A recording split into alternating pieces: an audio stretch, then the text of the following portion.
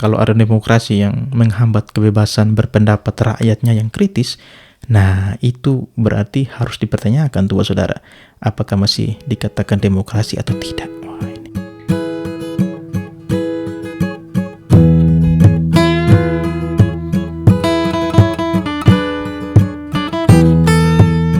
Woi saudara, jumpa lagi di ATP Podcast.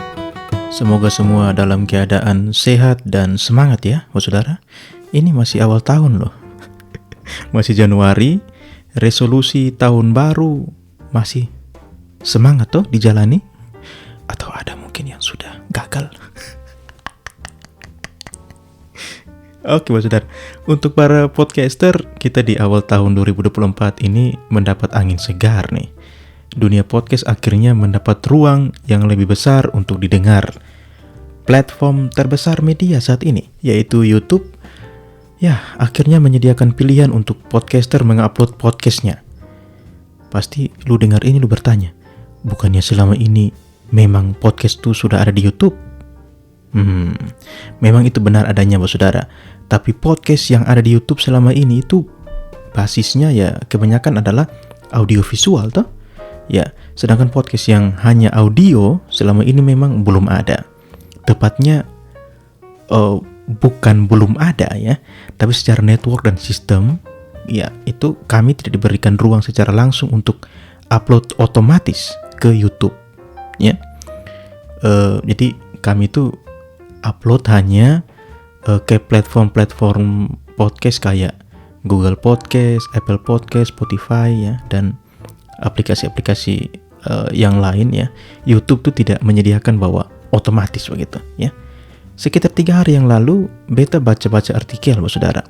Ternyata, wah, YouTube sudah memberikan kesempatan itu, yaitu dengan memberikan semacam pilihan untuk kami mengkoneksikan ya RSS podcast kami itu ke YouTube, sehingga setiap kali ada episode baru, maka akan otomatis ada di YouTube. Jadi, akhirnya beta punya akun YouTube. Jadi saudara yang mungkin lebih nyaman dengan mau dengar podcast di YouTube daripada di platform-platform yang lain ya, ya sekarang lu bisa dengar ATP Podcast di YouTube. Ya mungkin saja beta akan dapat subscriber melewati close the door-nya Deddy Corbuzier. Ya amin ya kan, doa saja, doa kan bebas tuh, amin aja. Ya, kemajuan ini membuat podcaster harusnya ya lebih semangat nih berkarya. Bicara soal semangat ya, mungkin para podcaster ini bisa meniru nih semangat para pendukung masing-masing paslon capres yang saat debat itu, setiap kali debat tuh semangat sekali itu ya, sampai moderatornya harus bilang apa? Tenang supaya kita bisa ini dapat intisari dari debat ini. Si moderator ngomong intisari ini mungkin untuk sebagian orang maksudnya, oh intisari itu kan maksudnya kita mendapat makna atau pesan begitu ya dari debat itu. Tapi untuk sebagian orang mungkin pikirannya lain tuh kalau dengar kalimat intisari. Kita pikirnya langsung alkohol tuh. Ya, enak sih kalau lu jadi ini pendukung salah satu paslon terus lu hadir di ini di ruang debat itu ya. Selain masuk TV ya, lu juga mungkin ditenangkan tuh ketika lu ribut hanya oleh moderator ya. Enak toh. Tapi beda dengan pendukung yang ada di kemarin tuh saudara, yang saking semangatnya mendukung paslon yang dia dukung, babak belur tuh ya. Babak belur dihajar ya. Karena apa? Dia pakai knalpot brong. Wah ini kalau di kami di sini biasanya bilang knalpot racing tuh, jadi nyang. Wah, ada yang jengkel pong-pang masuk rumah sakit ya. Jadi lu kalau terlalu semangat dukung ya jangan mengganggu orang lain ya begitu. Ya, beta dulu pakai motor 2 tak juga saudara, motor warisan dari ini bapak dulu ya. Yang namanya motor 2 tak ya standarnya memang ribut. Tapi beda toh saudara dengan orang-orang yang suka pakai motor 2 tak, knalpotnya bukan yang standar ya. Jadi sudah diakali itu ya. Jadi ributnya tidak standar lagi. Beta paling malas tuh dengan dengar orang yang pegas-gas motor. Ya mungkin libidonya di situ ya bos saudara, dengan tapi lu sadar tidak bahwa lu tuh mengganggu orang lain bos. Hati-hati untuk bos saudara yang sering gas-gas begitu. Beta telusuri ternyata ada undang-undangnya itu. Ya, undang-undang lalu lintas nomor 22 tahun 2009. Ini beta waktu searching, wah ini undang-undang tebal sekali ini. Ya, beta dapat pasal untuk lu yang biasa nih gas-gas motor tuh di pasal 285. Ini khusus untuk lu nih ya. Ya, bunyi pasalnya begini. Pasal 285 poin pertama ya. Setiap orang yang mengemudikan sepeda motor di jalan yang tidak memenuhi persyaratan teknis dan laik jalan yang meliputi kaca spion, klakson, lampu utama, lampu rem, lampu penunjuk arah, alat pemantul cahaya, alat pengukur kecepatan, knalpot, dan kedalaman alur ban sebagaimana dimaksud dalam pasal 106 ayat 3 junto pasal 48 ayat 2 dan ayat 3 dipidana dengan pidana dipidana dengan pidana kurungan paling lama 1 bulan atau denda paling banyak Rp250.000. Sudah ingat apa saudara? Jadi kalau dulu itu ada pasalnya, ada hukumannya itu ya. Paling lama 1 bulan dengan denda paling banyak 250.000. Nah, ini bukan hanya untuk knalpot, bos saudara. Beta lihat di sini ya kaca spion, klakson, lampu utama ya. Bahkan di sini ada kedalaman alur ban.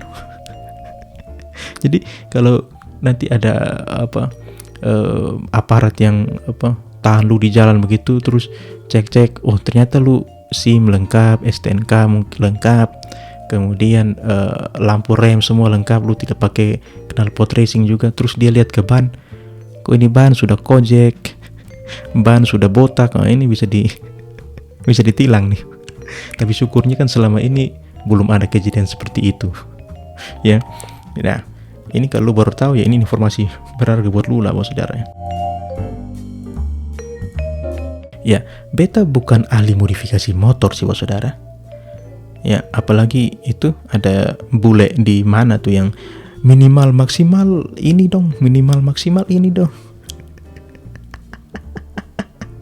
Ya. Ya, meskipun di rumah, di beta punya rumah tuh bapak dan kakak tuh di rumah bisa dibilang mereka hobi modifikasi bos saudara. Ya, bapak dulu tuh punya motor A100, wah ribut juga tuh ya. Yang masih pakai platina tuh dulu ya. Terus dia punya RX King dulu ya juga, dan kemudian dia punya Satria ya. Satria 2 tak yang kemudian diwariskan ke beta itu ya. Ini pas beta rekam pun ada yang lewat di motor ini. Woi.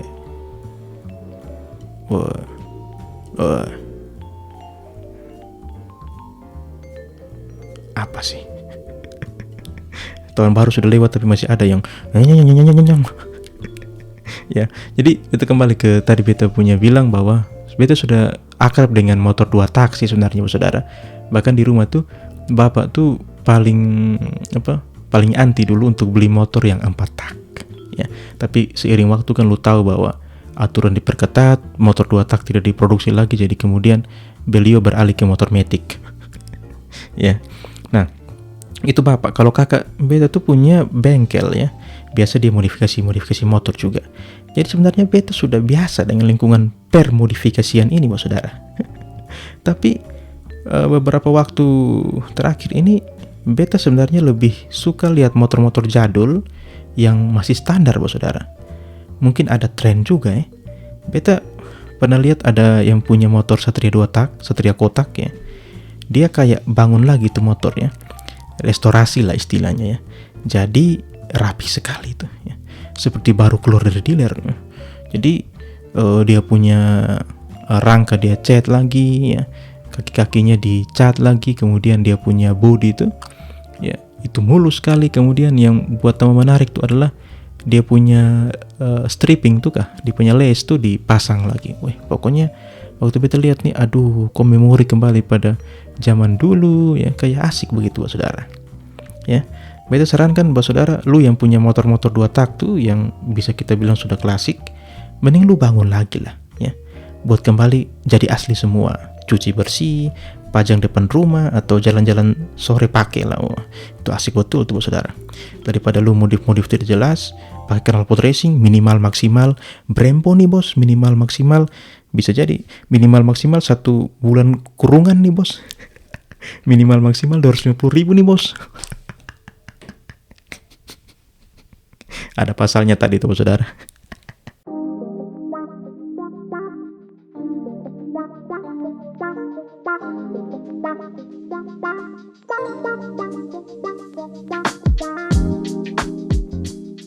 Selain knalpot racing yang ya kadang kita hidup di jalan ya, yang hal yang buat beta kadang jengkel tuh adalah kalau pas jalan terus jalan ada yang tutup. Ini di jalan-jalan utama ada tenda begitu dibangun di situ, ya mungkin ada acara apa begitu, kemudian jalannya ditutup. Malas sekali kalau ketemu begitu tuh ya, apalagi kalau kita lagi buru-buru terus jalan ditutup tuh Saudara. Bahkan ada tuh Saudara yang tutup tuh bisa dalam 1 bulan tuh bisa 2-3 kali itu ya. Beta kemudian bertanya-tanya, apakah boleh kok jalan raya tuh ditutup Saudara? Kemudian di Instagramnya Kementerian PUPR Saudara, itu mereka sudah buat satu utas begitu untuk menjelaskan bolehkah menutup jalan untuk hajatan, di sini ditulis hajatan atau mungkin acara ya. Ternyata menurut Undang-Undang Nomor 22 Tahun 2009 tentang lalu lintas dan angkutan jalan dan Peraturan Kapolri Nomor 10 Tahun 2012 tuh jalan boleh ditutup untuk kegiatan tertentu Bapak Saudara ya. Jadi jalan tuh kan ada beberapa jenis ya. Ada jalan nasional, jalan provinsi, jalan kabupaten, jalan kota, dan jalan desa. Kalau jalan nasional dan jalan provinsi itu bisa ditutup ya untuk kepentingan umum yang bersifat nasional. Jadi kalau ada jalan provinsi, misalkan jalan Timur Raya begitu, lu bisa tutup tuh untuk misalkan kegiatan untuk kepentingan umum yang bersifat nasional, atau mungkin dijadikan TPS misalkan ketika coblos. Tidak ada ya. Mentok kalau ya yang beta alami misalkan jalan Timur Raya tuh Bapak Saudara ya, jalan Timur Raya ini jalan yang menghubungkan Indonesia dan Timor Leste ya. Dulu kita kenal dengan istilah nama jalan tim-tim ya, kemudian diganti jadi jalan Timur Raya. Jadi dari Kupang sampai di Atambua perbatasan ya. Nah, mentok mungkin jalan tuh ditutup, ini pun sementara, biasanya kalau ada pawai 17 Agustus tuh kah ya, jadi agak macet di situ. Nah, kalau jalan kabupaten, jalan kota, dan jalan desa ini diizinkan ditutup untuk kepentingan umum yang bersifat nasional, daerah, dan atau kepentingan pribadi seperti pesta, perkawinan, kematian, atau kegiatan lainnya. Jadi boleh ya Bapak Saudara ditutup ya. Kan biasa kalau kita di sini kan untuk kegiatan misalkan ada perkawinan, kematian, dan mungkin ada kegiatan lain, kesambut baru misalkan, atau acara CD atau acara wisuda, itu bisa juga untuk kepentingan pribadi ya. Asalkan lu jangan tutup ini jalan nasional atau jalan provinsi untuk ini acara wisuda ya. Ada yang ini rumah di misalkan rumah depan rumah langsung jalan negara, jalan provinsi, jalan Timur Raya misalkan ditutup untuk beta acara wisuda nih. Tidak bisa itu ya. Ya, oke. Aturan penutupan jalan, ada 3 aturan di sini Bapak Saudara. Yang pertama, penutupan jalan dapat diizinkan jika ada jalan alternatif. Ya, kalau ada jalan alternatif bisa, tapi kalau itu hanya jalan satu, saya jangan tutup bos. Nanti orang lewat mana? Ya, jangan sampai lu tutup waktu wisuda, pas lu ada kasih pidato orang lewat dengan mobil. Itu yang pertama. Yang kedua, pengalihan arus lalu lintas ke jalan alternatif harus dinyatakan dengan rambu lalu lintas sementara. Mungkin kayak pelang begitu untuk mengarahkan ya ke jalan alternatif. Yang ketiga, penutupan jalan harus atas izin kepolisian negara Republik Indonesia. Jadi jangan asal tutup bos. Minta izin di aparat yang berwenang itu ya. Nah, ini ada beberapa jenis kegiatan yang diizinkan untuk dilakukan penutupan jalan. Yang pertama, kegiatan keagamaan, misalkan hari raya keagamaan atau ritual keagamaan. Yang kedua, kegiatan kenegaraan, kunjungan kenegaraan dan acara jamuan kenegaraan ya. Yang berikutnya kegiatan olahraga ya. Yang berikut kegiatan seni budaya dan bisa juga kegiatan pribadi yang tadi kita sudah sebut. Jadi kalau dari sini ya, kita dapat kesimpulan bahwa jalan itu bisa ditutup, saudara. Ya, intinya lu ikut aturan saja. Tutup jalan boleh, yang tidak boleh ditutup itu adalah mulut kita yang harus tetap bersuara menuju perubahan-perubahan yang lebih baik. Bijak sekali beta.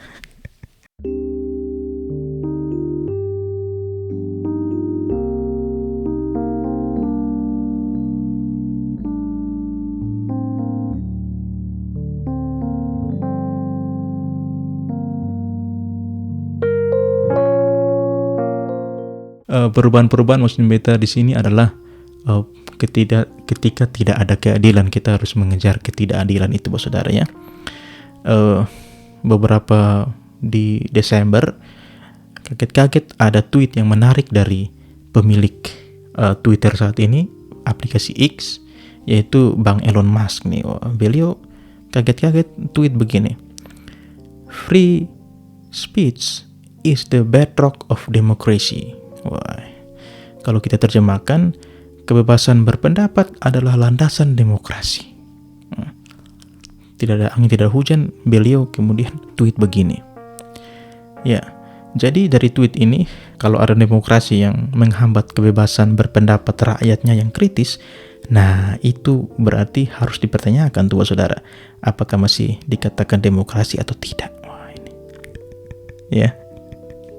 Ya, ada 2 orang yang harus mengikuti 32 kali sidang, saudara, untuk mempertanggungjawabkan ucapan mereka saat berpodcast.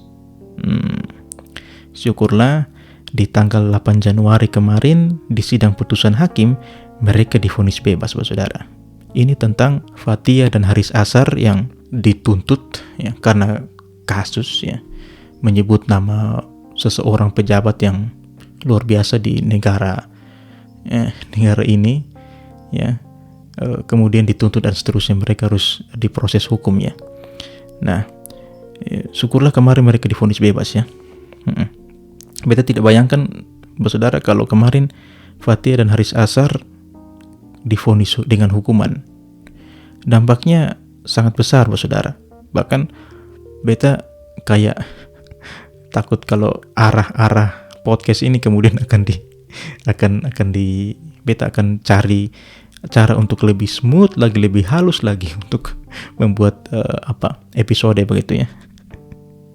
Dan mungkin lu lihat atau di podcast di YouTube itu atau di mana-mana itu yang kemudian ada istilah jokes pinggir jurang. Tidak ada lagi tuh ya kalau kemarin Haris dan Fathia itu divonis dengan hukuman. Karena lu pinggir jurang sedikit, bukan pinggir jurang, lu langsung masuk jurang tuh, alias jurang hukum. Ya, saudara, kita berhak kritis. Ya, cuma negara bertopeng demokrasi yang melarang rakyatnya kritis. Ya, harusnya lu wajah asli itu demokrasi. Saudara, sedemikian dulu episode kali ini. Ya, lu yang mau subscribe ya. Terserah lu kalau mau subscribe, silakan di YouTube ada ATP Podcast, silakan di subscribe, kalau tidak pun tidak masalah ya. Cheers saudara.